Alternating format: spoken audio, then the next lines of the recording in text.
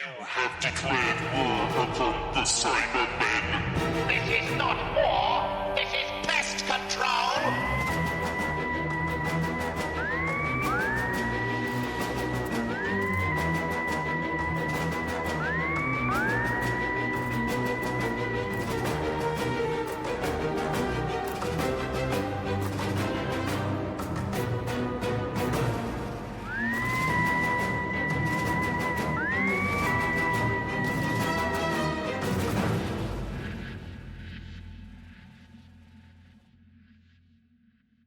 Hello, you awful, awful people. And welcome back to an awful lot of running, a Doctor Who podcast. Woo! Hello. Woo! I wasn't sure if we were on because Josh had just fucked I off. disappeared because I realised I left my Great window start. open and I thought, can I sneakily do this while Jack's doing his intro? It's a great start. Wonderful start to this new professional era that we're entering. I am Yeah. Jack Alexander, and joining me as ever is my intrepid co-host, published author, Robin FOALE. Hi. How are you doing tonight, Robin? I am fantastic. It's been a while since we've done one of these, and I am hyped as hell, especially with these wonderful combatants that we have tonight. Yeah, exactly right. Because Robin, you're right. This is not just the first episode of An Awful Lot of Runnings, season 2. Woo, woo, woo, season 2. We're season 2. Woo, woo. Woo! We fooled you all. We're back. But it's also the first of a regular bi-monthly series of Battles in Fandom episodes. So, yes. Absolute Battles- Christmas. Christmas Yeah. for me. Battles in Fandom, for the first time to the listeners, is our debate fight podcast where we lock 3 Doctor Who fans in a Zoom call and have them battle it out for the title of top Doctor Who fan. They'll do this over 5 rounds and a series of speed rounds as well. And they'll have a number of prepared questions as well. But remember with this show that it's always the argument that wins, not the answer. Battles in Fandom has been a real hit at the MCM panels I've been doing over the past few years. So we were keen to bring it back. The last time we did one of these, our focus was the Master. And we're carrying our focus on this time to another of the Doctor's baddies, but this time, those old pepper pots from outer space, the Doctor's oldest and deadliest foes, everyone's favourite boys, the Daleks. Let's go. Let's go. Let's go. Let's go. I'm ready to rock and roll. Loving Come the on. energy. So, without further ado, let's meet tonight's combatants. First up, he's a Battles in Fandom Season 1 runner-up, or I should say the Battles in Fandom Season 1 runner-up. Dalek is his favourite character. Mhm. He's the host of the Who Knew podcast. It's the resurrection of Josh CARR. Yes. I'm here. I'm here to avenge a cruel, corrupt result in series 1, which left me as the runner-up. I am very much here vengeful. Recount the votes, storm the Capitol. Ooh. Let's do it. I don't know what I'm you're bringing talking that about. energy today. I was bringing that. Okay. It's a I break. told you he's crooked. I told you I he's have crooked. to. I have to stand up against this crooked regime, and Sleepy Jack Alexander there, who has thwarted me in series 1, but I am here to win series 2 outright, and then hopefully stay for a 3rd term. Mhm. Look forward to well, thank you for bringing that energy, I suppose. Shut I up, should Jack. say. Shut up. It's almost as if he's forgetting who the judge of this podcast is. I'm sorry, Jack. I'm very emotional. It's because Battles in Fandom is a very, very wonderful format, and it brings out a lot of passion in me. Brilliant. And you're very pretty. Thank you. That's better. Can everyone stop flirting? Oh God. Never. Thank you. Never Thank stop you. flirting. Thank you for that lovely segue there. Our next combatant is a previous winner of a Battles in Fandom episode. Does that decrease my chances? Be honest. Hey! I don't know, Yeah. maybe. It's our own Broke Cannon Man and Dimensions and Daleks player. It's Remembrance of Samuel Davis. God, what happened to me? Well, That's you've a not. good question. That's a good Hey, question, Hey Sam. General. Hey Sam. Hello. How are you doing? I'm good. Hi, Josh. I'm so happy. I'm flirting to be again. Here. No, hey. You're fit. Fucking. No, you're meant to be fighting each other, not flirting. Order. Get this right. Just you wait. Right, I'm getting my You're first. just you. I am getting the I'm claws getting out. my first one in early. Order. Thank you. And Josh, last, sorry. I want an intro. That's my intro. No. Go on, Sam. I think Josh is bringing a really like chaotic, like fight energy to this, and I'm refusing that narrative because like it's a hot day. So many lovely, talented people in the call. I think we're gonna have a really fun roundtable discussion more than an award today. We all love Daleks. I once said I wish Daleks were real, and that's sort of an energy. I don't think anyone here is beating today. Lovely. Okay, bro. Shut you. up, Sam. Sorry. Speaking of lovely and talented, our last guest, and he's last but by no means least, he is a writer, a filmmaker, a YouTuber, and a podcaster. There we go. What don't I do? He's not Conrad Clark, honest. Win tonight. It's co-host of the Nostalgia Bait podcast. It's the genesis of George Sheard. Oh, god damn. It is the genesis of my first appearance here. Yeah. Pleasure to be here. Unlike my previous two lovely introductions there, I intend to bring war and to keep Josh in a runner-up position. That's fighting talk, Mr. Shredder. Great. This is great. Okay, love this energy you bring in. Before we start things proper, we've had a little rejig to the format for listeners of previous episodes. We're now, just to try and do a bit of housekeeping, trying to make the edit a bit nicer for our editor and producer Star. She's here on the call, helping things run along smoothly. We've reduced the rounds to now they're timed, okay, just basically to make things nicer for all of us. So no more fights entering a separate day. The 7-hour podcast is dead. Sorry. I feel like that was very much my fault at the time that I've been on this program. Look, we will save 7-hour podcast for our next Adventures in Dimensions and Daleks. All right. Long form's over. I get it. Long form is dead. Okay. But the other thing of it is that there is no longer one long episode of Battles and Fandom. We're essentially taking this and splitting it into two. This will be part one, which will have rounds 1, 2, 3. And then part 2, which will come out next week, will have part 4, 5, and the speed round. So, without further ado, our combatants are set. Our order is decided. Let's get cracking. Is everyone hydrated? I have water. I've got and I have pep. I've got half a juice here. Look at that. I think I Jack have a fizzy beverage. I think Jack was trying to introduce there, but I'm just really worried that I hope everyone's, it's hot. It's a heat wave. I hope everyone's doing good. See, this is what he's doing. This is the mind playing. games. No, look at this already. Look at him mind jumping games. in with his shit. Round one. Round one. What is the best TV Dalek story? I'm going to come over to Josh Carr first. Your 2 minutes on the clock begins the second you start speaking. Okay, I will start speaking now because it's very clear to me what the best TV Dalek story is, and the clue is in the name. It's Dalek.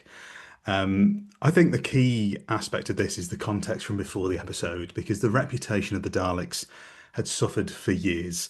As far back as the mid-70s, they became less and less threatening in the eyes of the general public. And then when the show went off the air at the end of the 80s, that decline rapidly turned into sort of outright ridicule from the general public. They basically just became the punchline for adverts and sketches and things like that. They were a mockery, as well as the show was, until Rob Shearman came along. He single-handedly addressed everything the public turned silly, and in some cases turned those aspects into some of their most threatening traits. It revived Dalek Mania in a way, and is arguably the story that acted as the springboard to make Doctor Who the biggest thing on TV again. It's one of Doctor Who's most interesting stories. It challenging morality and pushing the Doctor to places that he's never been on screen before. and it's perfectly directed by Joe Ahern. It has some of the best performances in the show's history from Christopher Eccleston, Billy Piper, and Nicholas Briggs. This is where the revival started getting taken seriously. This is where it became a real family drama, a fixture on our screens again. The revival started with Rose, but it arrived with Dalek. Keep the rest of your time. I don't need it. What Lovely, the hell? Boom. I should have written a script, man. Jesus. Yeah. Ball a move there. Staff, scrub the time. Okay. Sam, we're going to come to you. Can I log up the time? No. And then just No, keep it for the last absolutely one? not. Absolutely No. not. Just have like 15 minutes. Absolutely not. No. Your time to speak is now ended. You have given up that right. Sam, over to you. The greatest Dalek TV story comes so naturally to me. I don't have to fake an argument here because it's The Stolen Earth. It's the Doctor Who that all of us think about when we remember Doctor Who being the biggest thing in the world. The absolute success of what Russell Davies did in his first era is the reason we are in this podcast today. Unmatched scale and ambition. It's got toys at its disposal that the others can't dream of. It dwarfs them in scope and premise. You've got the simplicity of threat. The Daleks have come upon the ultimate reality button. They could just turn reality off now, and they will keep swarming because they are seconds away from their end goal, their actual end game finally being realized. The distilled essence of Dalek menace, man. They are scary in this. They are capable of humor. They encompass pretty much everything we like about Daleks because it's the premise realized in a way we never realized it could have been done before. I'm sorry that you guys didn't pick it as your favorite. You don't think of it as your obvious favorite, but all your favorite scenes are there. And it's going to be really fun seeing you guys try and talk your way out of best scene after best scene after best scene. All of them Dalek scenes. When David Tennant got shot and the biggest cliffhanger in the world happened, when the most eyes were on the show possible, when it mattered, it was a Dalek shooting Doctor Who for the first time ever. And it's anybody could talk about. That's really nice. I'm fucked.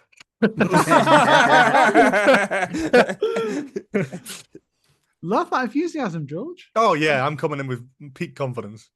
Fine, fine. Worry not. Okay. I'm guessing that time is up there. Star, you can scrub the time for there now. And George, we will come to you for your answer. I'm going to jump straight in with Bad Wolf and Parting of the Ways. Yes, it's 2 episodes, but we're talking stories, and I count this as one story. It's a culmination of everything brilliant about Series 1 of Doctor Who, yes, including Dalek, but everything else. You've got the run-through of the Bad Wolf plotline, but you've also got the setting as well. I'm not connecting it too much to the long game, because we know that's abysmal, but the setting of this being this sort of retro-futuristic 2000s vision. Pardon me. The idea of it being timeless, I think it's one that I revisit time and time again. It's a masterclass in visual effects, both prop making and CGI elements. I think it pulls everything together and clearly had a lot of things going wrong behind the scenes, but manages to not show at all and pulls off a perfect sort of last minute change regeneration that the show has never been able to do since. So I feel very strongly about that. But yeah, I'll leave it there for now. Lovely, Brad. Thank you very much. perfectly Okay. done. Were we Very all good. under time? Yes, yeah. Congratulations. 2 minutes. However, you yeah. do not bank that time. You'll still have 2 Ah. minutes for the rest of this, okay? And anyway, speaking of time, 15 minutes on the clock. Fight. We all picked Rossiter Davis 1 stories. Yeah, I think that says a lot, to be honest. I think they're good stories. Like, most of these They are pretty good. But I'll tell you what the best one is. Dalek, No. Now, I'll start off because mine is obviously the earliest of these stories, and they all come within the same era. And I just think even George touched on this himself, just as passing me the shovel to dig his grave with. Well, is you'll that see. everything that makes Bad Wolf the Parting of the Ways good, specifically, and also leads to the Stolen Earth, comes from Dalek. Dalek is. I think that's interesting because that is not what I fucking said at all. But sure, Well, take that and run with it. Because what I said Look. was, Bad Wolf and Parting of the Ways is a culmination of everything brilliant about Series 1, including Dalek, but not limited to. Okay. You're Okay. talking about. I'm talking about But Father's Day as well. that doesn't The make my connection of point. Rose's parents. That doesn't You're make talking my about- point not true, because I do think that everything that is good about the Daleks that is present in Bad Wolf and the Parting of the Ways is present and better in Dalek. And It's this is present where in we come Dalek. to the It's question. better in Bad Wolf and Passing of the This Ways. is where we come to the That's how I question. feel. The question asks, what is the best TV Dalek story? Yeah, As and I in the answered it. best story for the Daleks. I would say The Stolen Earth is a great story, but I don't think the Daleks are the shining light in it. I think it's also an amalgamation of 4 seasons worth of great things from different shows, all coming together. And I would even say that as a villain, the Daleks are the secondary villain in that to Davros. And in Bad Wolf Parting of the Ways, I would say that again, they're great. The Daleks are great in this story, but again, they are the secondary villain to the Dalek Emperor, and they are also just. I don't think it's the main feature of the story. I think when you think of Bad Wolf Part of the Ways, I think of the loss of the Doctor, the emotional connection to that Doctor, and the build up to that. And I would say that the Daleks are at their most interesting as a concept in Dalek. I Because disagree it explores personally, but yeah. it explores what is going on in a Dalek's head more than those other 2 stories. That's true. That's true. But no. Go on, Sam. I'll let you talk. I feel like I'll give you a word in Edgeworth. Your story is about what's going on in one Dalek's head. This is a Dalek, a postmodern Dalek, whereas I argue Stolen Earth is Daleks living what's going on in their dreams, in their biggest, greatest dreams. Stolen Earth is great because it's not about telling, it's about doing. Dalek has to still have lines like, if this Dalek got out, Rose, it would kill the entire planet. And it's more that show, don't tell, sure, but don't underestimate the sheer power of spectacle and actually just having Daleks do what they threatened to do for 40, 50 years of TV programming. Stolen Earth is Terry Nation's babies doing what they do best. They are putting the premise into practice.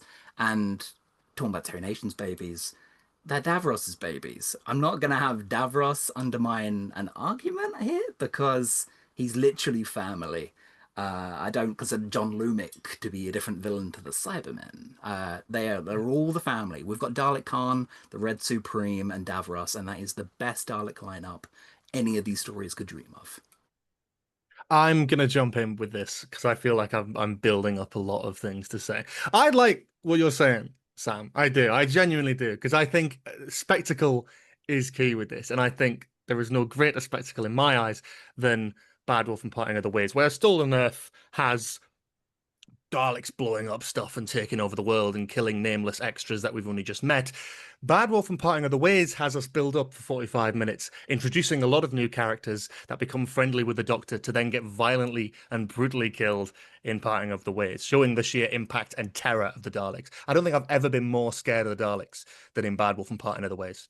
As a kid, as an adult. You could say the same thing about Resurrection of the Daleks. There's a lot of new characters. My characters are the Doctor Who hub. They are Daleks in the Torchwood hub saying, exterminate Torchwood. We see Sarah Jane's reaction to hearing Davros and Daleks again for the first time in however long and kissing her son goodbye. Yes, I'm going to that scene and I'm going to use my trump card right away. It is Barrowman and Sladen's best performances in the revival. That's true. Yeah, and they they sell the Dalek threat alone, but they don't need to because not only do they do the setup that both of your stories do in spades, they can back it up as well. I raise you Eccleston and Briggs. In Yeah, the so do I. early days. As fair, the Emperor, but bitch, have that. Yeah. but I also think your point, Sam, of like one Dalek versus a horde of Daleks as the point of the episode. That's an oversimplification, but go on. Well, no. I'm just saying. I think honing in on one Dalek for really the first time that the show's ever really done that is just a lot more interesting. I'm not saying that it's more it's maybe less entertaining as a spectacle, as you said, but I think it's way more interesting. And I think Entertaining is we're not my talking line of quality. attack. Yeah, I think Josh, you're putting words in both of our mouths here, and I'm not having putting that. words in anybody's mouths. I'm not going for entertaining I'm because I just- understand why it would be convenient for Stolen Earth to be the big, stupid blockbuster, but it's not. It's the most important and best. It's a genuine 10 out of 10 to me. Dalek is a story. Listen, George, I was sat next to you at the BFI watching Dalek. I said, and I'll give you this one for free, Josh. I said, yeah, this story's perfect, isn't it? Yeah. It's absolutely perfect. But it's also not about a Dalek. It is about something that isn't a Dalek anymore. It is a study of one very particular Metaltron who is a character that cannot even be called Dalek anymore. I'm not getting into the nitty-gritty. I'm not trying to be petty about that. My story believes in Daleks. It isn't insecure about the Dalek or what pop culture has thought about it. It just does. It doesn't need to convince you. Stolen Earth is the real deal. I would argue the same with Parting of the Ways, though. I think but the you would. sheer impact. Of course, I would. That's my job today. The sheer impact of the reveal at the end of Bad Wolf alone, the impact of the Daleks being back in their sort of numbers. I understand, and I agree with what Sam's saying about the Dalek in Dalek being like a very much a character study, like an open book of this Dalek, sort of coming to terms with, are they a Dalek anymore? Have they changed? What are the similarities between the Doctor, and explaining that history that we don't get to see on screen in words as they stand around in a beige corridor. But this giant space spectacle that is this story, I feel like, shows us the Daleks for the first time in this brutal force. You know, we see them, as I said, murdering people who we've only just met brutally. In series 1, we see many people killed. But this is the first time where we're really building up to these characters where you're used to the Doctor, you know, everybody lives. Most of the time, the Doctor is saving people, especially someone like Linda, who you'd expect him to say. Is it Linda? It is Linda, isn't it? And you've got all these characters who are just violently killed off like that. And although, yes, Captain Jack is brought back at the end, we have the implication that every person on this space station is brutally murdered, and the Doctor is hopeless if not for Rose. And let's talk about Rose. Let's talk about the Doctor. Yeah, okay, it's a Dalek story. That doesn't mean the focus has to be on the Daleks all the time. The point is what it does to our characters as well. And I would argue that the exploration of sending Rose back, the hologram scene, is perfect Doctor Who. You know, Eccleston's performance there, Billy Piper's performance there is excellent. Rose talking to Jackie about meeting her dad and being there as he died. All these connections, all these through lines. Series 1 is borderline perfection. I'm sure everyone in this call can agree that. And I think it would have fallen apart had Parting of the Ways had the same effect as the season 2 finale that we've just had, where things changed behind the scenes. They have to throw in a regeneration. Yet this is perfect to me. This is perfect Doctor Who. Never mind a Dalek story. This is perfect Doctor Who. And I think the best we've ever seen the Daleks, and I'd argue the best we ever will again. The Emperor Dalek alone is a gorgeous work of modeling. And like, I'm not saying that it needs to be a Victoria's Secret model, but it is stunning. It is really gorgeous. And like the use of the practical element, that prop build, the intricacy, the booming voice of Nick Briggs, who's never sounded better. I think there's so many elements, and I could go on for days listing. And I want to give you guys a chance to speak and back up your less adequate episodes. But we will come out to attack Parting of the Ways in just a second. But I will hit. You said it's about what Daleks do to our main characters because they're the ones leading it. Yeah, sure. I can't think of a stronger example than Stolen Earth. I think of this threat that is so omnipresent that they unite different shows with different tones, and even the edgy adolescent like show and the kids show, it's instant death. It is a absolute slap in the face, wake up call, instantly dead, no chance. And it just homogenizes all of the Doctor Who verse to that point in such a brilliant way. Can I ask a question, Sam? Please. Because in my context of a Doctor Who story, I immediately jumped for going for the whole two-parter. Why did you just go for Stolen Earth and not Journey's End? Because that was my understanding of the question. I'm not ashamed of Journey's End. We can go that way as well. It's a different treatment of the Daleks. Yeah. Whereas Daleks aren't in Bad Wolf enough, and there's definitely nothing different from Pine of the Ways. Yeah, but the build-up is there. I said the retro-futuristic 2000s, your big brother, your weakest link. Even though it's so dated, it's almost timeless as well. And I don't know, there's something about it. That build-up, that it hits every single time. 20-odd years later, that reveal hits you.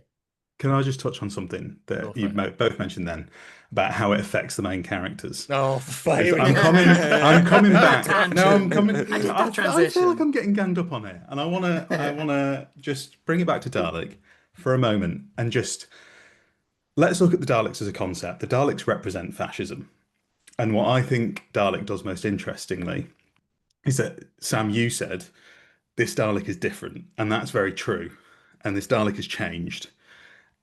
But what I think the real Dalek threat is the way that the mentality of the Daleks seeps into other things and represents the spread of fascism.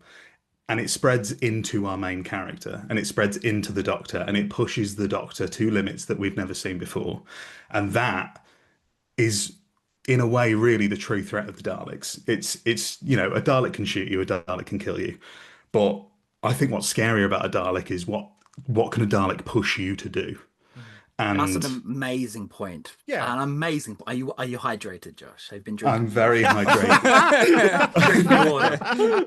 Oh man, I like this tactic. I think the way that Dalek portrays the concept of the Daleks, that's what I was trying to say when I mean that it's obviously these are all great stories, but as a Dalek story, this strips it back to its. I mean, obviously, again, you've got the whole aspect of the fact that all of the issues that people had with the Daleks before Dalek are fixed in 45 minutes.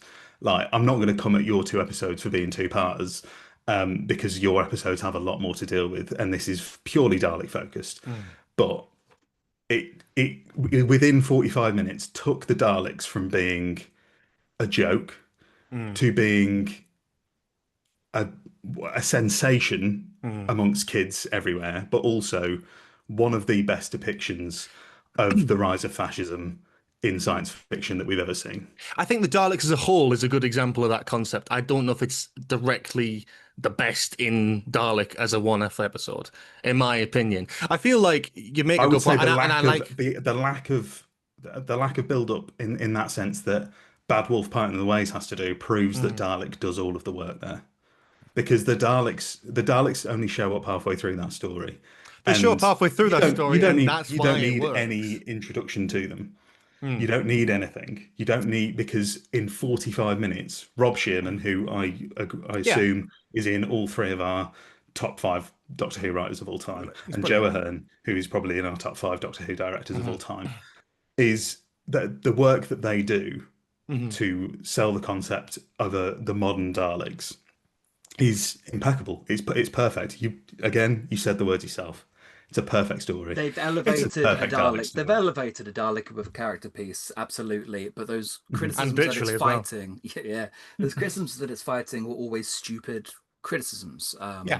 They always were. It's the wider context. It's trying to make a point of the wider context. It does something interesting despite everything it has to deal with. But to me, Daleks are more elemental.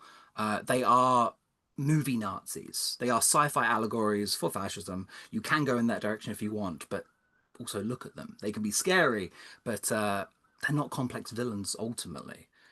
Stolen Earth just understands that they just keep coming and coming. It's the fear of having one in the room with you, because they prop up everywhere in that story. And every single scene builds on the other. Sorry, I saw the message come up. Order. Okay. I didn't get to any of my points. That's I crazy. have to say, gentlemen, that's very respectful, very first fight there. I'm looking at my notes here, and I'm actually quite finding George and Sam check their WhatsApps, and I've just been calling them bitches the whole time. I'm going to come to Robin first. Any outliers for you straight up there? Because I got some points here, but I want to hear from you first. No, definitely. I mean, I've been making points as well on my phone, and you've certainly been quite nice in this first round, all of you. I'm quite shocked. Oh, I can ramp it up. I mean, I mean, I felt attacked. I felt I've like never because went I with went Josh like first, that. these two just came for me straight I've away. always been so polite with these boys. You can't pick the top tier meta and then complain when people come at you Okay, first. Okay. Order. Let Robin speak now, please. No. I'll keep that as a note though, so I could poke the bear later. It's interesting though because like all picked fabulous stories, absolute fabulous stories that show so many wonderful aspects of every aspect of a Dalek. From this idea of them turning you to the worst thing that you don't want to become, that being a fascist, to showing like the sheer will of numbers and just taking on the threat, as well as just the build up to them. And then when they do appear, it being Code Brown. But yeah, it's oh my God, you've all getting some great points as well as some great arguments. I don't know if you wanted to say anything first, though, Jack. Yeah, I wanted to say that from all of you, there were wonderful points. Josh, I love that you said how the threat of the Dalek is not the Dalek itself within Dalek. It's the fascism which then infects our main character, the Doctor himself, and that's the true threat of the episode, which I think is great. Sam, I will always love when someone praises the performance of Elizabeth Sladen and John Barrowman in The Stolen Earth, because and George said it as well, agreed with you, best performances in The Arrival. Genuinely, I don't think we felt the fear of a character for the Daleks like we have in those particular scenes before. And then George, I loved how you said about how in Bad Wolf are part of the ways, the impact of terror. You said the impact and the terror. You said how it's almost dated, the Big Brother stuff, but then it's sort of so relevant at the same time, which I thought was really fantastic as well. It's left very, very difficult to judge. Robin, do you have an initial pick? Because I think I'm leaning on one, but I'm also kind of leaning on one because we have to move aside any of our own biases when it comes to these episodes. Like, we'll have our picks of our comfort episodes of Daleks, but that's not the point of this. This is about the arguments that come into play. And it's very interesting because I've already got two that I'm putting up quite high. And unfortunately, one that has given a bit of a nudge down based on some of the arguments I've been given. Unfortunately, well, first of all, we have pointed out the fact that we can tell a compelling story within the space of just 45 minutes and show off the full scary grandeur that is a Dalek. One and truly on its own, just devastating. Meanwhile, we've also shown the grandeur of showing hundreds of Daleks come at you all at once in the reactions of those around and what they then have to go through. What's been pointed out, though, which is quite curious with the last one, is how the Daleks are not in the story for almost the first whole half of that narrative, making you think, is that first episode a Dalek story in itself, or is it just that second part? What are your thoughts on this, Jack? I think you're full of shit, mate. Honestly, I think George did a great job of. Come on! I will say, and I may be digging my own grave here, as a competitor, if we're saying story, I would count both as a pair as one. So I would include Bad Wolf, and also they are sort of a looming threat throughout. They are also the villains of the episode as well. Yeah, they do. They are in there at the end. So I would. That's where I am. That's where I am. But okay. Let me know please let me know who you want to give the point to, Robin. Let's go for it. This is so difficult because I love all of these episodes. My God, and even just talking shit just now about that, it's like that breaks me so much because I don't want to. I'm just basing it purely on the arguments. You're making me a bad person here. But I don't need to help you, Robin. No. Thanks, Jack. I dug my own grave there. We like to have fun here. I think when it comes to what makes the best Dalek story, we need to focus on every aspect of it that makes them intimidating, from the weaponry to the numbers to just how ominous it can be and how it affects others, which is my choice is going towards the Stone and Earth. Nice. Okay. I'm actually, because it's my round and I'm judging it, Mm. I'm going to do something which I don't usually get to do, and I'm going to discount your ruling entirely. I'm sorry, discounting your co-host's Yeah, opinion I'm here. sorry. I'm sorry because it's my round. You'll get to do this on your rounds, but I'm doing it for you now. I'm scared of this sorry. brave new era for the podcast. I'm I don't sorry. like this. I love it. Robin, It's great. I'm sorry. I'm gonna say- I don't like I'm this, here for the Jack. No. chaos. Robin, Yeah, I'm you realise sorry. we're the ones meant to be arguing, not Yeah, the yeah, two yeah. hosts. I love it. It's like the debate Josh, stopped and then the second one started. Josh, you might want to shut up. Yeah, because you might get what you want to do. Actually, no, Josh, keep talking, That man. would be great. So, for me, Okay. Josh's point on how within Dalek, the theme itself is fascism being the true threat and how it infects the Doctor really won me over. And I think Josh is going to get the first point of the round. So there we go. All right. Yeah. So articulate, really well Yeah. argued. Thank you. Yeah. Thanks, guys. Can I just go on record as well and say I love both of those episodes? Yeah, as can, well. Oh, can yeah. I go on record with something that's Obviously. really, really going to upset George? Jack. Is that I actually picked Bad Wolf Part of the Ways, but you'd already taken it, so I picked Dalek instead. Oh. So actually, I agree Oh, with you you, can but my see- argument won. So You can see the crash out's building. It's slowly bubbling. I've just seen my answer for the next round. I feel like if I'm gonna crash out on this, I'm having a mad. Speaking of the next round, I'm going to cut us there. Robin, I'm going to pass over to you. The baton is thrown to you. All right. Thank you very much, Jack. Contestants, there's been a lot of merchandise for Doctor Who. Hundreds, dozens of the stuff. But what we really need to do, thank you, Jack, for demonstrating, is we need to finally settle the #1 debate. And that is, what is the best piece of Dalek merchandise? And this time, I'm going to bring it over to Sam. You can go first. Thank you, Robin. So this Oh, hang on. I'm downloading mine now. you may not be able to see the entire product here, but this is the inflatable ride-in Dalek. Oh, you're not writing. I was in mind, was I going to pick those gorgeous Dalek cufflinks for 2005? Was I going to go for I want to spend my Christmas with a Dalek, that beautiful bit of Dalek mania, but no, I'm going for the real peak of Dalek mania, and it was in the year 2010, 11? 10. This is the inflatable ride-in Dalek. It stands at 128 centimeters tall, and once you're in the driving seat, you can turn the Dalek around 360 degrees and drive forward at speeds of up to 3 kilometers per hour, both indoors and outdoors. It also utters 10 different Dalek phrases and has light effects as well as a soft bumper to protect furniture and presumably innocent bystanders. You get 70 minutes of charge. Play for charge. The ride-in Dalek runs on a 6-volt rechargeable battery, which needs 8 hours charged with the included charger.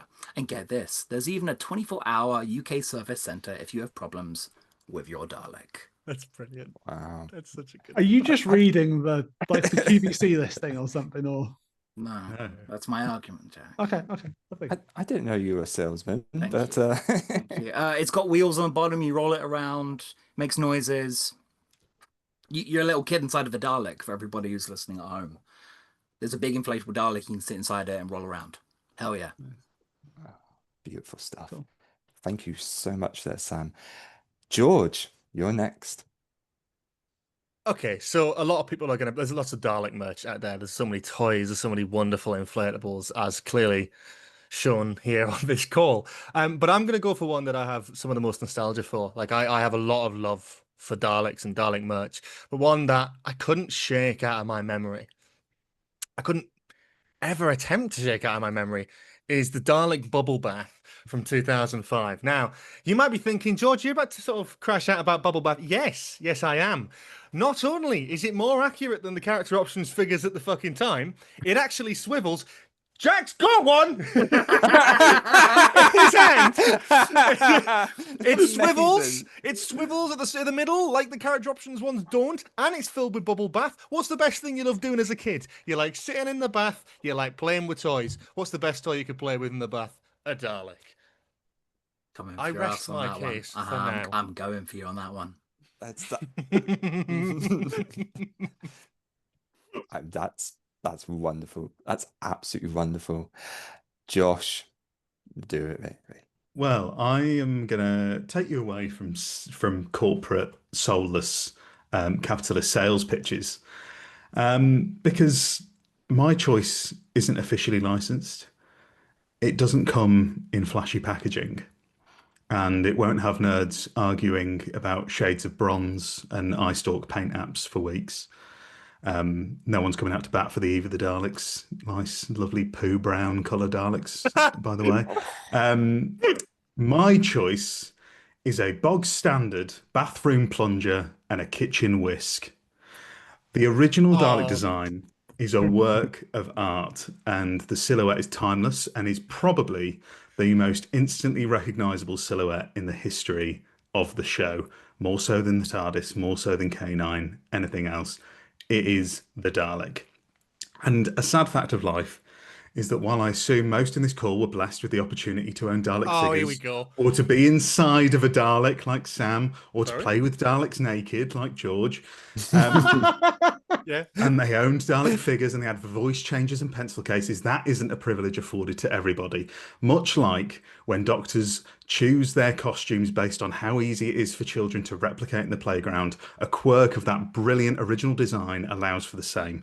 And the fact that those designs have been kept largely consistent over the years means that any child can be a Dalek around the house or in the playground or for Halloween, no matter what decade you were born in, where you grew up, or what financial situation your family found themselves in. It's got You 2 could minutes, pretend surely. to be a Feels Dalek it. with 2 items found in a majority of households. I rest my case. We're good to start. Fight. Oh, I Carrie can't Nation believe won't that shit sleep from with Josh. you. I can't believe it. I'm sorry. This is twice in a row now. Even with Dalek, it's like the wider context. You sound like you should have the fucking national anthem playing behind you. I'm sorry. Politician. Sorry, very dark, you two came out to bat like you were selling jewellery on QVC. Honestly, I'm not being funny. I was happy to have this out and argue my case against everyone, but I'm happy to partner with Sam and call out this bullshit. That is not a toy, my guy. That is not a toy. I didn't realise we needed a did the video question essay say on toy? merchandise. Did the A question say Dalek toy. Did the He question say came in officially swinging. licensed He came in merchandise? swinging, No, it going, didn't. "Oh, you're doing like an advert, corporate slop," and he's like, "Oh, good old-fashioned British whisk and plunger." Fuck off! Don't even start. Soul's House not quite classist from you, George. I'm not going to lie. Get off the cross. We need the wood. No, look. I'm not letting that narrative win. That is nuts. It was my first. It's a low blow. It's not a low blow in the It's slightest. playing for points, man. You're George, going how in. much did your bubble bath cost? I don't know, like £1. Sick. It wasn't worth any more. Mine's 30 quid, which is ridiculously affordable for the Really? setup this is. God damn! It's amazing. Wow. By the way, Yeah. Do you tried to both have a insinuate that plunger and a whisk in your house Can I, right now? can, I, Literally can I no. point out? Can I point out that a bottle of Dalek bubble bath was probably less than £5? It probably costs more to buy a plunger and a fucking whisk. Great point. Yeah, but they were already in the house. Here we go. So was my bubble bath. That's the point. Look, I think I'm your saying argument it's the extends best- as... it's the best piece of merchandise because anybody can gain access to it. Oh, stop it Anybody with can this use them. Spider-Man Yeah, shit. we Anyone got it. behind We got that. it. No, we Bollocks. got the sentiment. I'm sorry. No, it doesn't work like that. We got the Why? sentiment. You may as well say my favorite Doctor Who toy is the little box my dad made for me one that summer. I think if Bollocks. anybody, I think anyone who is holding a plunger or holding a whisk or holding both at the same time Is either baking or plumbing. Okay, may I try a different line of attack because we need to get away from this. Why are you both attacking me every time? No, exactly. We need to get away from that. We need to remind Go for everyone the bubble that bath. no, Go for we the need bubble to. bath. Josh, He's do you wanna- soap. You Josh, just do you wanna said know- that Josh, the do you best wanna- piece of Dalek merchandise is soap. Josh, you said it's a plunger. Like, let's get real. Look, what's better than one Dalek bubble bath, my guy? Fucking 5! 5 of them! Yeah, and look at the variety of plungers on the market. Jack, I'd like You've to got change my electric answer. whisks, you've I'd got like to change my handheld answer. whisks. I'm going to Too go for late. George's answer now.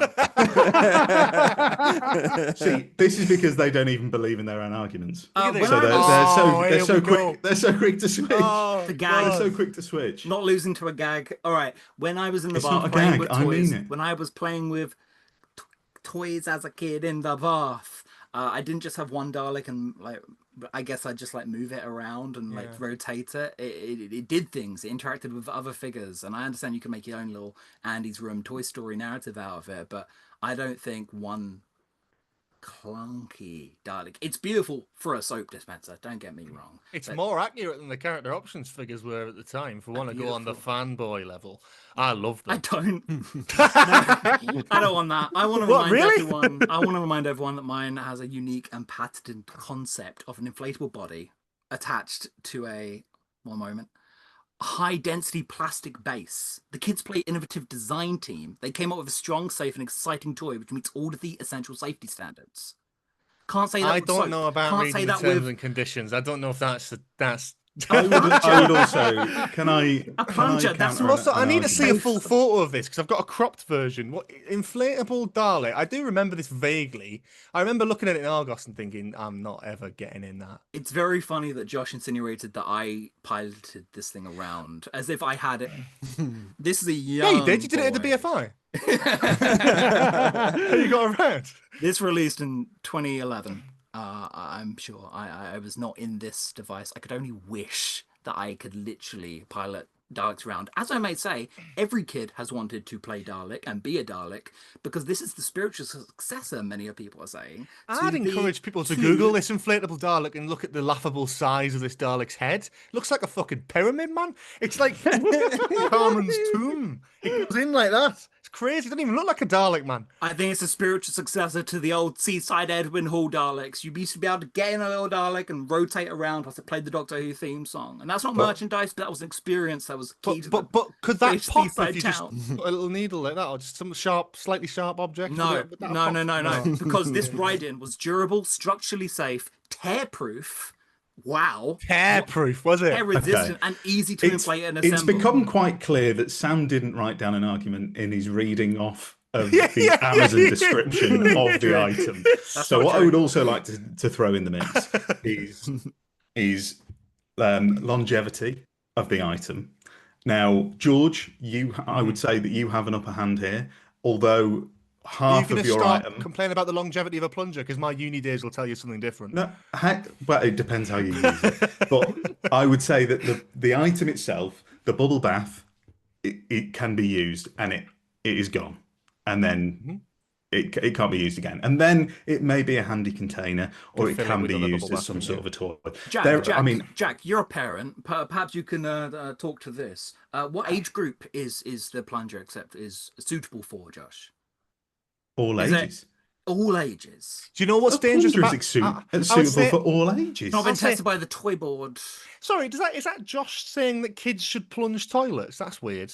That's weird. Don't know That's about class that. Yeah, coded. odd. Now Yeah, you're bit putting odd. words in my Bit mouth. odd, bit I'd odd. also like to argue in terms of the longevity side of thing. I would say that George's is basically just any of those that are in existence are basically just they're just like sat on shelves. That's no, all no, they no. are. I And want. Can I Cam, one up you on that? there is Can I not jump in? 'Cause I've one got of a good those on one. the I've got planet a that is good- still working. They are in the you will ocean. never convince me. I'll that tell they you are now. I'll tell you now. or They are broken. When not I convinced. went to the Peterborough Bloody Museum that were doing a Doctor Who exhibition, and I sat in the cafe and I had a lovely caramel latte and a slice of blueberry white chocolate fucking cheesecake. There was across from me on the top of the mantle a fucking Dalek bubble bath that still was sealed. So you can Right, shove I'm that. worried George, about I'm- Robin's reaction to the cheesecake there George, because I'm that really feels happy like it with may have swung it. And Robin, That's what I'm Robin thinking. I'm looked looking very at this excited thing. about the That I cheesecake. wouldn't have. I'd almost sounds forgotten good. about these toys until I saw that, and I was having me cheesecake, and it Okay. just brought back a lot of fantastic childhood George, I'm memories. really happy about the cheesecake. I'm really. I know. I thought I might get an extra point with that one. You know. But Yeah, I ask a need it. child. Ask a child of these three products which one is the best piece of merch, which one's the best toy, and they will pick. I would argue The that one that you're you also don't have to sit focusing there too for 10 much minutes on, going. on children because Dad it does doesn't that. it doesn't say merchandise for children. It doesn't say toys. I'm talking universally. I would say You're talking let's about play appliances. hypothetically. Let's talk about Sam's for a second. Yeah. Do you think if anyone was going as a Dalek for Halloween, do you think they would pick that? Do you think that would be their not a first chance. port of call? I don't know They if would anyone go who's got for a that. whisk and a plunger Bollocks. first. No, they would go for the BBC licensed Dalek costume. They're not that getting my little okay. brother had it. It was a sort of Well, like felt dress, and it had before like they a go weird, out, they'll wash had in a the bubble weird bath. like sticky like This is a different Velcro metric. thing on the tits. This is Weird. a whole different metric. George, your Daleks are landfill now. They are not on No, shelves. they're not. They're They're in the Peterborough Museum. I've just They're in established the that. Yours didn't even Museum. survive long enough because to make because landfill. all of the rest of them are at sea, like the rubber ducks that they are. Who do you know? Did you actually have one of these, Sam? Yes. Did you? Yeah, I didn't play with it. It was the wrong fucking size. You didn't play with it. Didn't even play with it. It gave me some even play soap. with At the least fucker. George played with his. And at Oh, least Josh has unclogged the toilet at some point. I didn't have one of mine. I had one of yours. That's the misunderstanding. I had one of yours, and I didn't even really get soap. So you from didn't it. even Oh, he's rush trying to to the spin it shops to buy round. He's this. trying to spin it round. I Like obviously my bubble didn't bath have Daleks this. can, I by wouldn't the way. fit inside. They can spin. Well, you don't know can until your you Dalek spin try. at the waist? Can that? My can one's do the that? only one that doesn't have childhood bias involved. It has a My child in Dalek it. My Dalek can spin at the waist because I am the Dalek in this situation. You break your spine if you do that. Like Well, a Dalek. look, You know what I mean? Like that's I'm not even very flexible, George. Thank you. I know. It just I know feels you are. awkward to hold a plunger. Maybe from your point of view, it looks great as a kid, but even no amount of imagination is making that look good from the exterior. But it's not just about the I- children heavy. of our time. I'm talking if I was about walking around, throughout even the as- history of Doctor Who since 1963. Even as- I don't need the video children famous have been man. Doctor picking Who up. YouTuber, if I was walking around with a plunger and a whisk, people would still think I've gone mad. Not that I'm if you cosplaying a walked around- Dalek. Yeah, and if you walked around London with an inflatable Dalek or a Dalek bubble bath, At least people they'd would know it's also a think you Dalek. were At mad. This least they know only it's a Dalek. fits children. This only fits children, which would be adorable, If even for someone saw a Halloween. whisk Your and a one plunger gets you together, committed. I would say 90% of the population would think of a Dalek. Okay, we're And not then picking get the you we're not committed. picking the plunger and the spatula. As fun as No, it is. you So are. I'm gonna No, try- you're not No, picking wait, anything wait, because no. I'm not making my argument for you. If I I'm can making my argument for the two final board. points. and Oh, I'm don't gonna- nod at that, Jack. He's talking about a plunger and a fucking whisk. A whisk. Fine, it's not Jack's decision, it's Robin's decision. Oh, So- Robin, listen. George, Like the you're letting him cheesecake. be the main character of the bit. That's how I'm not letting anyone be the main character. You're letting him dominate I'm not us. the main character. Okay, I'm not the ignoring main character Josh, here. let's talk I'm about in the, this, I'm in the this background dancing. with I'm a not, whisk and a Josh, plunger. shut up a second. I'm talking about this inflatable. I've had enough of you. This inflatable, like, I don't know of anyone who actually had this inflatable who used it. And that's me growing up, like, in a Doctor Who household with the toys and stuff. I've never owned it. I've never known anyone who I've been friends with, all the two people in real life who actually liked Doctor who actually had that. I don't know. I don't know of anyone. If we're going on the amount of people who've used them, No. how many people in the call have used a plunger? In 2012, Yeah, as I said, to How unclog many a people toilet have in used a uni. whisk? Not a in good ending. 2012, how many? And again, same answer with the pre-aged- whisk. In 2012, George, how many preschool age children were you hanging out with for this to be like an unpopular item with them? We I was don't 11 know. in 2012. You're not fitting in there. No, I'm not. I wasn't fitting in there at 6, mate. I'm 6'4" now. I was never happening. Like, it was never on the cards for me. Probably why I never owned it. But you know what you can play with, despite age? Bubble bath. Dalek bubble bath with a little spinning waist. You can fly them around in the bath. They can get submerged in the water. And you can that's use, about it's it. multi-practice. Yeah, And that's about that- like and it gives you soap, but it gives you soap. It's also gives you bubble got. bath. Let's say, by the way, you fell into the trap of having one that has the obvious design flaw. How of long is it Dalek before the toys. battery runs out on yours? Well, I 'Cause actually mine doesn't did- have a battery. I did 'cause tell can- you. I did tell Neither you. does mine. Oh, just pull up the You article. get 70 again, minutes of playtime. yeah. I told you 17. this. 70. 70. A child is going to get bored I don't way see before any 70 child minutes. playing in it for 70 minutes full. I think they get bored after less than 10. I Then- think the novelty would wear off so quickly. That's the kind of present you get for Christmas off Santa. Then and then why you just go, d- oh, amazing, I'll play with it on Boxing Day, travel around while the family's getting pissed. And then you never play with it again because you can't be asked to blow it up. And on that Boxing Day, you were a Dalek. You were a Dalek, and that was the best Boxing Day ever. And Josh was running around with a plunger, unplugging toilets. So. It's really sad. We mustn't joke. If that was true, BBC Worldwide wouldn't describe it as BBC World wouldn't say that they've always dreamed of developing a ride-in toy Dalek, but no one had previously been able to I achieve can't that. believe I've lived to see Sam become a corporate shill. This is the BBC vibe. Worldwide describe it as an industry first. How many different types of inflatable were there? Because there's multiple bubble baths. Look at this. Look at that. That's a red Paradigm Dalek bubble bath. Look, there That's we've got really the other cool, ones there. Look at the Supreme one. That's really cool.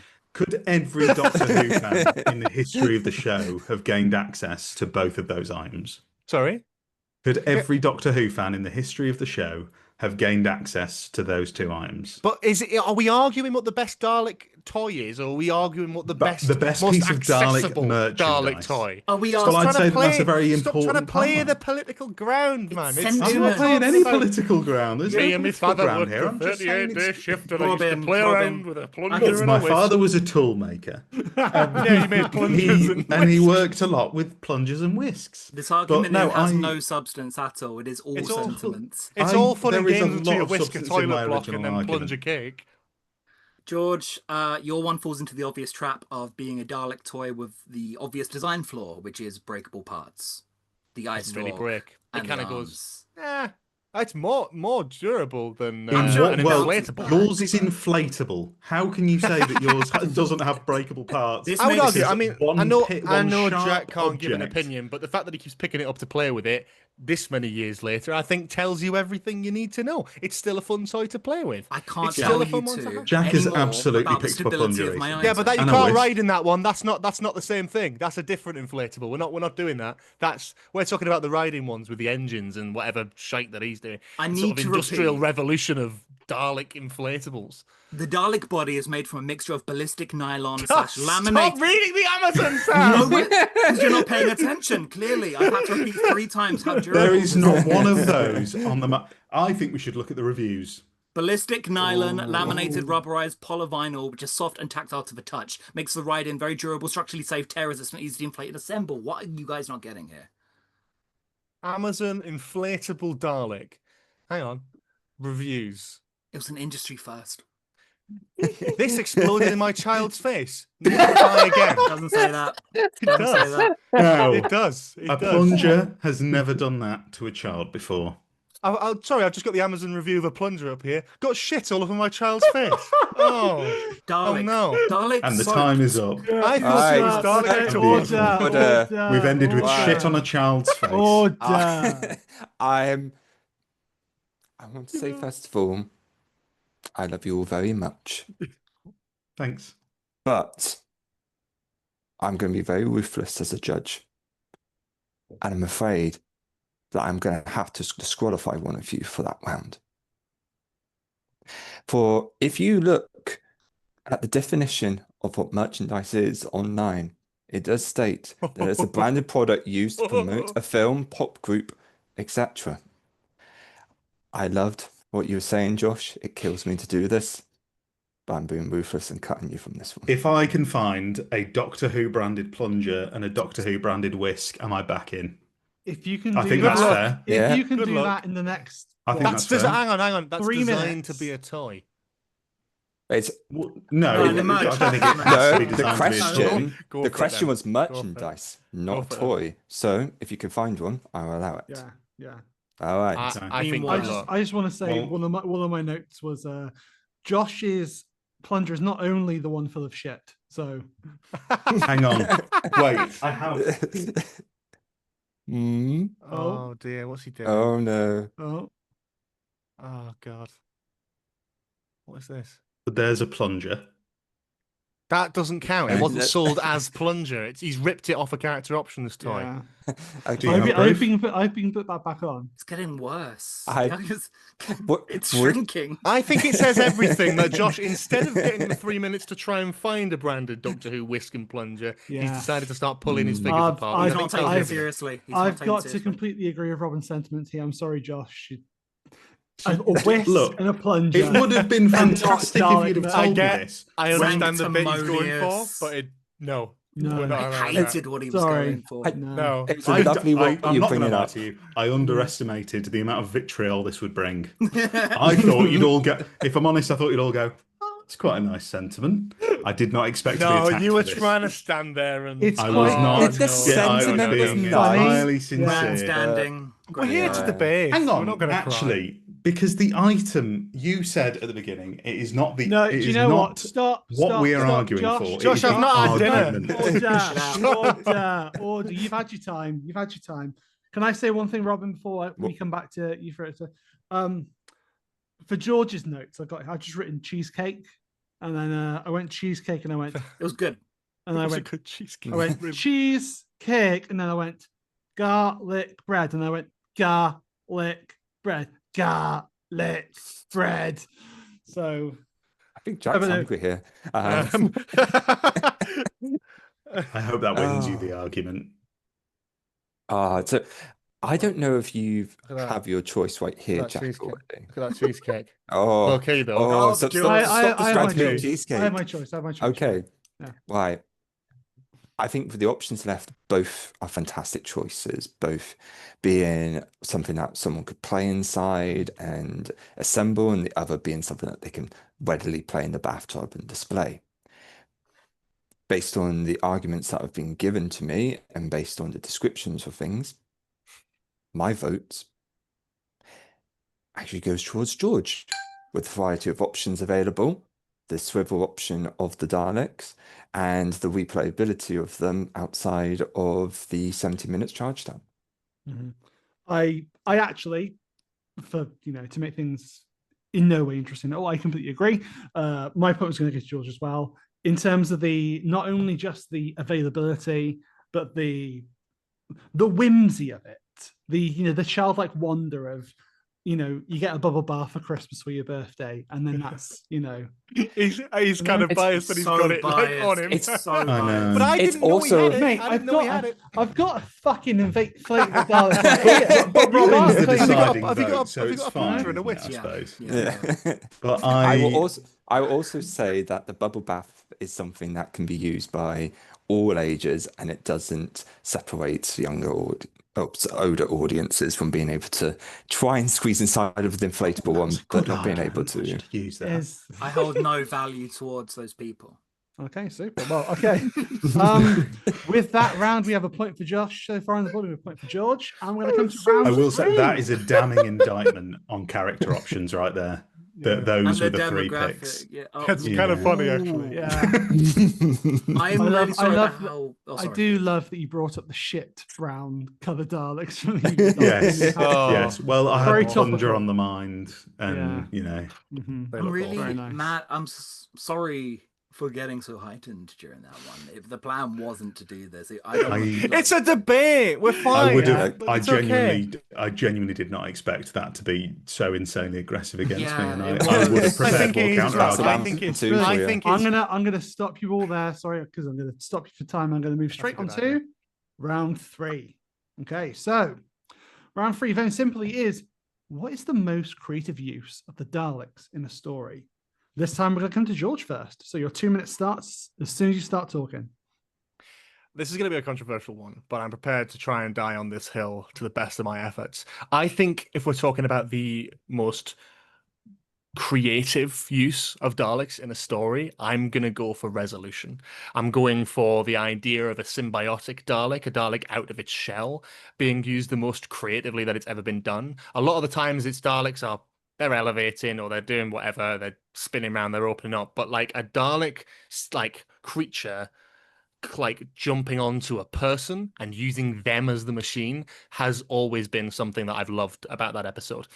Maybe not a perfect episode of TV. I'm not arguing that it's the best Dalek episode, but in terms of creativity, in terms of what actually happens in it, I adore the idea of doing almost like a symbiotic version of the Dalek where they are directly manipulating a human being and then building their own casing. God damn.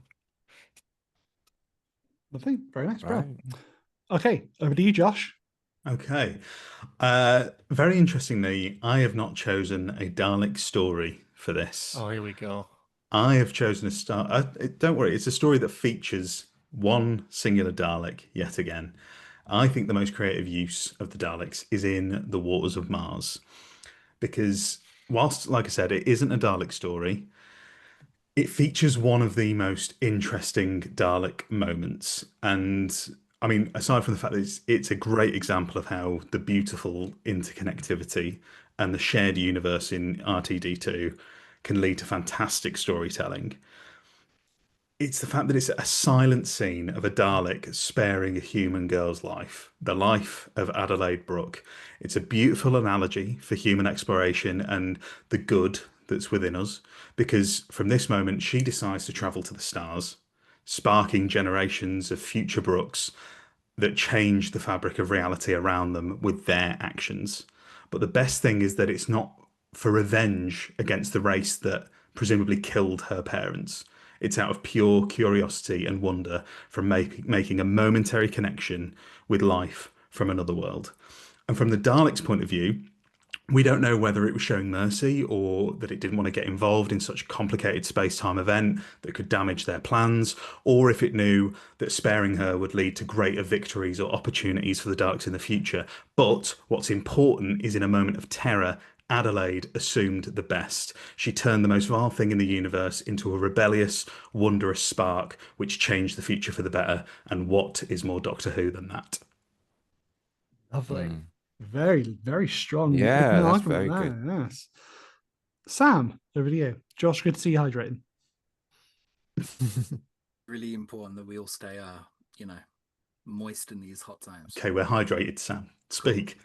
The most creative use of Daleks in a story. I'm going to shock everyone and go for the EU in Liberation of the Daleks, the 14th Doctor comic. I think it's a shoo-in for this. It's literally a story, well, if anyone's unfamiliar, where the Doctor goes to a leisure sector Dalek dome where all of Dalek iconography can be visited and enjoyed from a safe distance using holograms.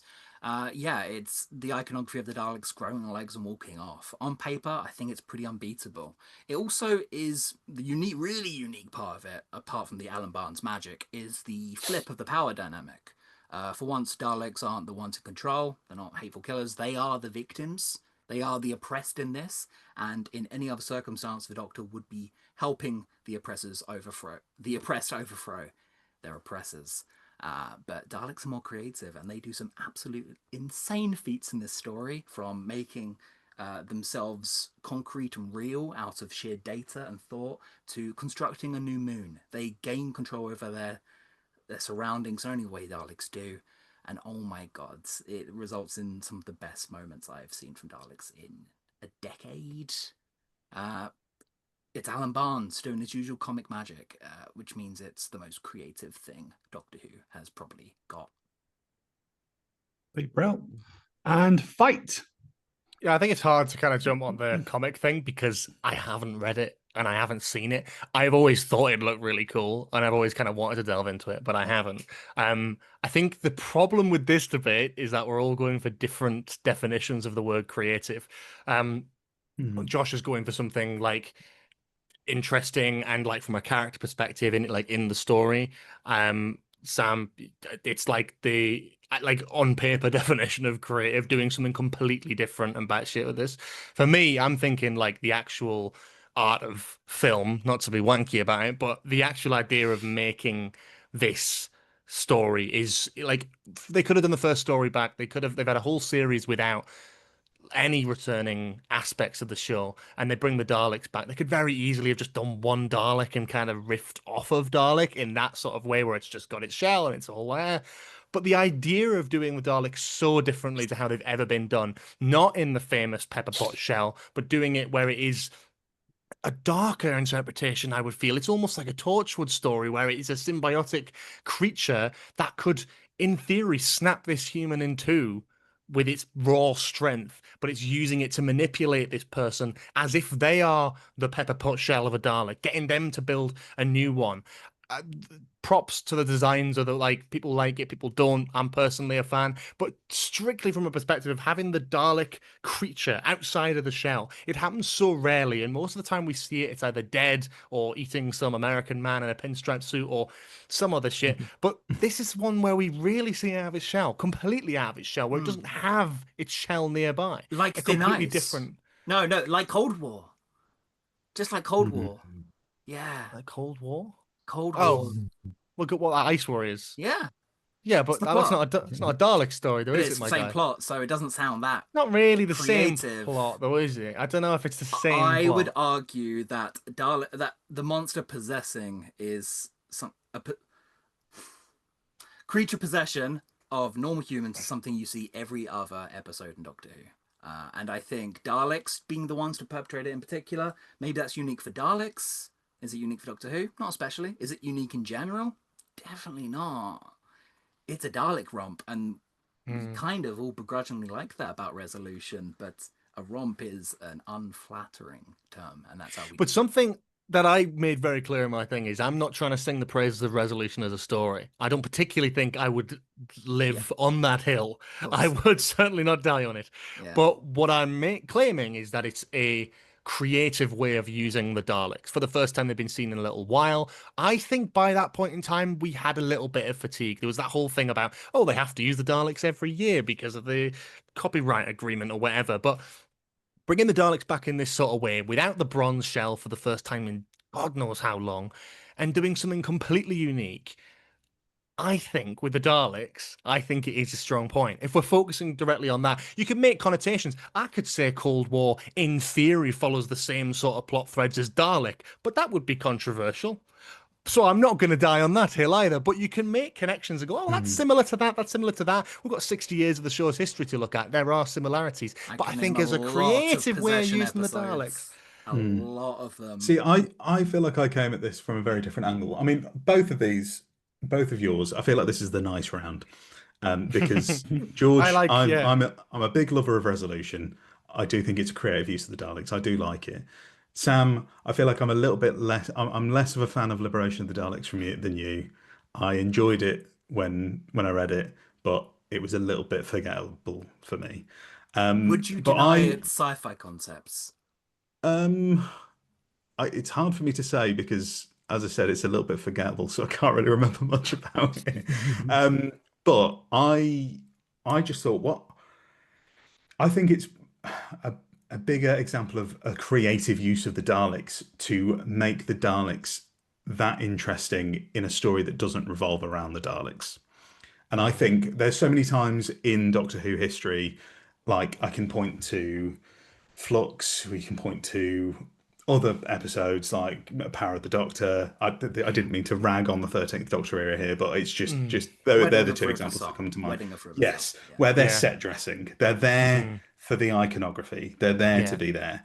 And that, I'd say that the one Dalek cameo that you cannot level that at is Waters of Mars. Because you brought them in such a... In a story that doesn't need the Daleks, it doesn't need the Daleks, it shouldn't have a Dalek in it. No. And if you said to me on paper, bring the Daleks, there's a Dalek scene in this story, why? Why would you do that? But it's used so beautifully to show the contrast of Adelaide Brooke as a character to a Dalek. I also think there's one thing that I noticed when I rewatched it was this sort of the symbolic parallel between the Dalek rising up for the glass for Linda in Bad Wolf Part of the Ways, and that resulting in death. Okay, I'm gonna hold on that. I like the idea. You are just comparing glass now. Like this is a Dalek. No, I'm just saying because it's a silent scene. I would argue in the grand scheme of things, and we are here to debate. As much as I would say I do like that scene, I don't think it's in the top like 3 memorable things about Waters of Mars. Dare I say 5? Yeah. I don't think it's as important as you're making out, and I know that's the argument to make. It is an interesting use of the Daleks. Creative, I don't know. I feel like the Daleks being good has again been done quite a lot, and I don't think that's exactly what it's trying. But I don't think that's what it's trying to say. The Daleks being good. No, I know that's what I'm saying. That's the whole point. It's about like the legacy and her going off into the stars and stuff, and I see it as a cameo.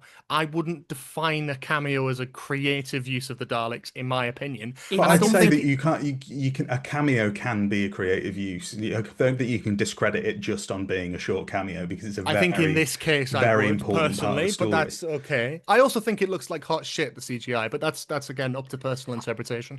You've gone for the vague argument again, Josh, which is absolutely fine. But it being a Dalek is only incidental. It's fine. It's a beautiful scene. No one's here to debate that. Yeah. I don't think it's a particularly creative scene. Swap the Dalek out for something else. Yeah, sure. It's just a first contact. And beautiful things are done with it, but it's not creative. Isn't the word I go for. Especially as it's not a Dalek being kind, by the way. It is a Dalek sensing a paradox and running away. That was Yeah. part of my point. Is the Yes. fact that it's Not not what made we clear usually to see us. with a Yeah, it's Dalek. not made clear to us what the Daleks' intentions are there, but it's how Adelaide reacts to the Dalek that is the most important thing in the scene. It's sort of going the way back you to, love- to Dalek and I- Eccleston and how the Daleks influence people. I think it's one of those things where it's like, what are we arguing? Because I don't think anyone can argue that Waters of Mars is brilliant and almost borderline a masterpiece. I don't think anyone could deny that scene is touching and brilliant. But is it a creative use of the Daleks in the grand scheme Well, of it things? depends I on don't your know. definition of creative, because I I would think just like to it's say creative to bring that them Josh into came a story into- that. You That's came true. at my one by sort of discrediting it as forgettable, but like we have to be careful not to fall into the pit trap of associating Waters of Mars' quality with its creativity. Mine is the toy box of sci-fi fun things for the Daleks and chance of them to flex their stuff in only ways Daleks can, which is unique for the genre, it's unique for Doctor Who, and it's definitely unique for the Daleks. Whereas this is a first contact, and a beautiful first contact, but attached to a belter of a story that, I don't know, could win you the round if gone unchecked. I think and I think it's arguing. I feel like mine and Sam's points are similar with what we're trying to argue in terms of it's like creatively using the Daleks, whereas Sam's from what I'm hearing, what like a menagerie museum kind of thing of Daleks and different types, and what I'm seeing from these comic panels, it's gorgeous. Like, it looks amazing, and I'm sure it's very well written. And I think from my perspective, it is, again, just from a filmmaking perspective, it's just interesting. When I first saw, like, I think I was doing a lot of peddling. I really liked Series 11 when it came out. I wanted to sing its praises, and I understand its criticisms now. But I think when Resolution came out, I think a lot of people didn't like it, and I was sort of very confused by that, because when I watched it, my first reaction was like, for the quality of the story aside, I think the key selling point of that story was the creative use of the Daleks in that. I think having the Daleks almost like this like Venom symbiotic kind of thing, talking to the human like in their head, latched onto their back. It's very like body I say, horror. it's unique for Doctor Who, which doesn't mean unique Yeah, in I general. would also agree that it's. But we're not it's arguing its uniqueness. We're arguing its creativity in terms They of the are Daleks. they're quite But synonymous. when have I'd Daleks argue. done that before? Hmm? When have Daleks done that previously, though? I Because just we're not don't think arguing that its makes- uniqueness. I don't We're think that arguing its results in- creativity as in like context of the Daleks. It's a creative use of the Daleks to do this, yes, trope. to but what creative end? It's just that it's not that particularly interesting or different. It is a Dalek. I think it possessing a is, though. human, I think it is. like I in mean, Hand the of Fear episode. and Mask of Mandragora and God knows how much. But again, it's really up to what we're debating, and I would agree with you if it was unique for Doctor Who or creative for Doctor Who. I think it's a creative use of the Daleks is exactly how I describe it. Resolution I has get a what you problem. mean. Resolution has a problem, and it's that Tribunal's Daleks can only talk in cliche. Is that Yeah. not counterproductive to this question? We're not talking. Yeah, again, I mean, I haven't watched the episode in a while, but we're talking about dialogue in the Chibnall era. You're going to have an easy slate knocking me off here. But Not one if we're new talking idea. about, Not one new idea in those stories' heads. As much as I like them, I because think they're it's. not I new do. I stories. think it's interesting. I would You were just argue that it's grateful one to of the see most. them. You were grateful to see them, George. I don't think I was. It's not creative. I don't think. Well, I don't know though, because if they showed up in like the bronze shell and I was like going, "Yeah, amazing," then yeah. But every time the Daleks have shown up since in that famous bronze look, I've just kind of been like, it is what it is. I'm new desperate for a design. Dalek. I am desperate for a Dalek new redesign. design. I'm desperate for something new with the Daleks, and I felt like that was something a lot more original than what the Daleks had done. I would say that was probably the most creative and original thing they'd done with the Daleks since You since said- Stolen Earth. You said at the beginning, thank you. You said at the beginning of your argument that, yeah, sure, it's Doctor Who's got a long history. Any idea has been done before. I don't think Liberation of the Daleks has been done before. You've got Daleks Still hasn't on screen though. With the freedom of that, fair enough. But I think we're going into like the expanded lore and expanded Yeah, canon 'cause side of you things, also- where I we would say- Is struggle that a because disqualifier? Is that no? I'm No, sure it's you're not. familiar I don't with think it. it's a disqualifier, I don't but I think think I would it's love a to key... tell you about it. I'd and love I to wouldn't, tell you I about won't it. be mad if you win this round because I think it's fucking Yeah. valid and it looks Yeah. great, I wouldn't and I be want to mad if read it. anyone won. But I just think off, Dalek's sheer was spite so makes them sincere. self-aware enough to recreate themselves out of thought and matter. They spawn from anywhere that anti-fascism is. But when you haven't got the drawbacks of actually putting money That's- behind this and a budget That's behind a good point. I that's think easy to do. You know, creativity you can. within limits is Yeah. a very interesting point to make. I'm I only th- I would talking agree about with the Josh on that. scripts. I'm only talking about the script of the thing. I'm not talking about the art, You which couldn't. also You, does you pay couldn't. people. Oh no. But, then you can't discount the execution We're of it. talking about like the budget of actually making that Sure happen again. on TV. I don't see that happening. The scale of Liberation of the Daleks is fantastic and it looks gorgeous. Would you be able to realistically and be honest do that on a TV budget nowadays, especially nowadays? I think it's Definitely completely irrelevant to my argument. I think I it's know, something I I've know- never ever seen before. But I'm And not that is the arguing it question. being like again, it is I creative. wouldn't put it down but for, I'm for trying not to. being able to be made, but I would raise maybe George's, but more I importantly, think I'm mine, suffering odd for one out being syndrome able here. to be done. I But could we're all very familiarize you. different. I could familiarize you with it very happily. You've got Daleks growing out of just like even the way you remember and interact with the past. That can make a Dalek now. That is insane. It's about the way. It's okay. Let's say it. God, I'm so mad at this one that my brain is I fried a think bit. I'm like I guess I said I won't be mad if you win this because I think it's a completely valid thing and I haven't read it so I can't comment on its quality. I'm sure get it's you. brilliant. I trust your opinion on it and I trust that it's brilliant. I think there's an argument to be made about with mine and I mean this is on me and Josh admittedly by not having that knowledge and expanded lore that we are limited a lot of the time to what can be achieved on TV and But One I point- have described this one point pitch to to make. you where the Daleks are the oppressed, and that's not being challenged much because you know that's a genuinely interesting idea. exactly on that's why I've not script said level. anything about it. But Josh, I Josh think tried. it's- Josh tried. I think that has it's- not been attacked. I think you've discounted Waters of Mars on the basis of, oh, well, it's just because it's in a good story. That's the only reason why it's creative. But I also think I don't it is- think the scene is. no, but I think for its time, I think especially within Doctor Who, like the fact that you can pull from a story that's already been and gone, finished, done, a story that you love, Sam, in Stolen Earth, and you can take just a side story in that we never even saw and turn it into an entire reason for a character's being in Love a and separate Monsters. story. Love and Monsters. Okay. Oh man. Hey, Love and Monsters is also creative, but we're not arguing originality here. We're arguing creativity. Happened in the same so Love and Monsters is series. also creative, but also Love and Monsters does it in a much less stylish and a much less subtle way. Oh, no. Josh, Okay. you've been drinking. You've been drinking. I have my water. Keep it up.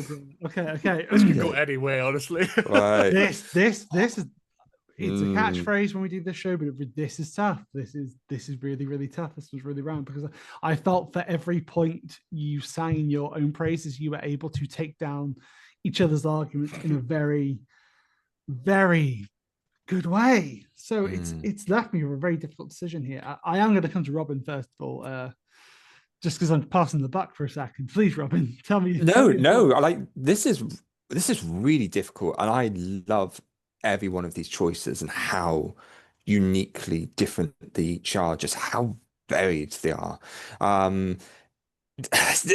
This is really difficult because I've certainly got my choice in my head of what I think has stood out the most strongest. And I'll let you go first because obviously I went first. No. Please tell me what your choice is. So- I need it to help me. Yeah, no. So based on what's been provided to me, like there's been some great stuff that's come through. I think the thing that's shown its biggest creativity using the Daleks has actually been the resolution of the Daleks, having them actually be out of the chassis and showing their strength outside of this weapon that they use, showing them be very, for lack of word, venom-like in manipulating people, much like they can do in the machine, but more so that body horror of things. I loved the descriptions that you were given for Waters of Mars and that kind of that mentality, but it was also that think of what is the Dalek thinking? That was kind of had me a bit curious. And Sam, I actually really wanted you actually to sort of bring up some more points about this comic because the comic sounds great, and I wanted to know some further points about it. What about yourself there, Jack? I did think I've read Revolution of the Daleks, so I know just how good it is. But I did want to hear, because obviously it's going to be based on the argument we hear here. I did want to hear a bit more from Sam with that, because he did a great point of selling it, but he also spent a lot of time taking down George and He did, yeah. He was on the attack. Yeah, he was on the attack, he was, whereas maybe he should have been a bit more in the defense and singing his own praises. And I think, personally, I think I have to agree with you, Robin. I think I'm going to give the point to George.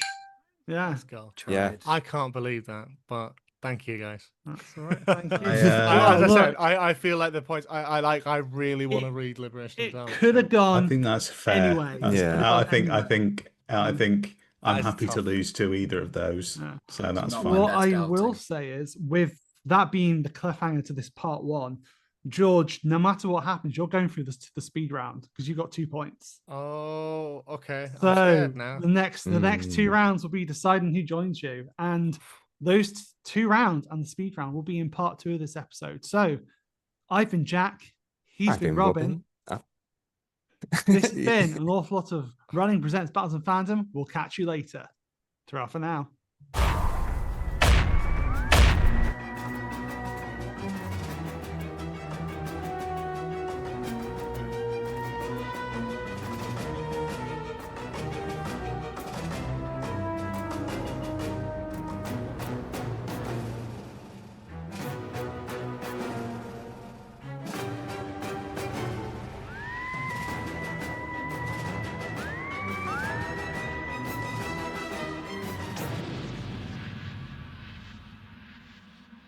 You have been listening to An Awful Lot of Running, a Doctor Who podcast, presents Battles and Fandom.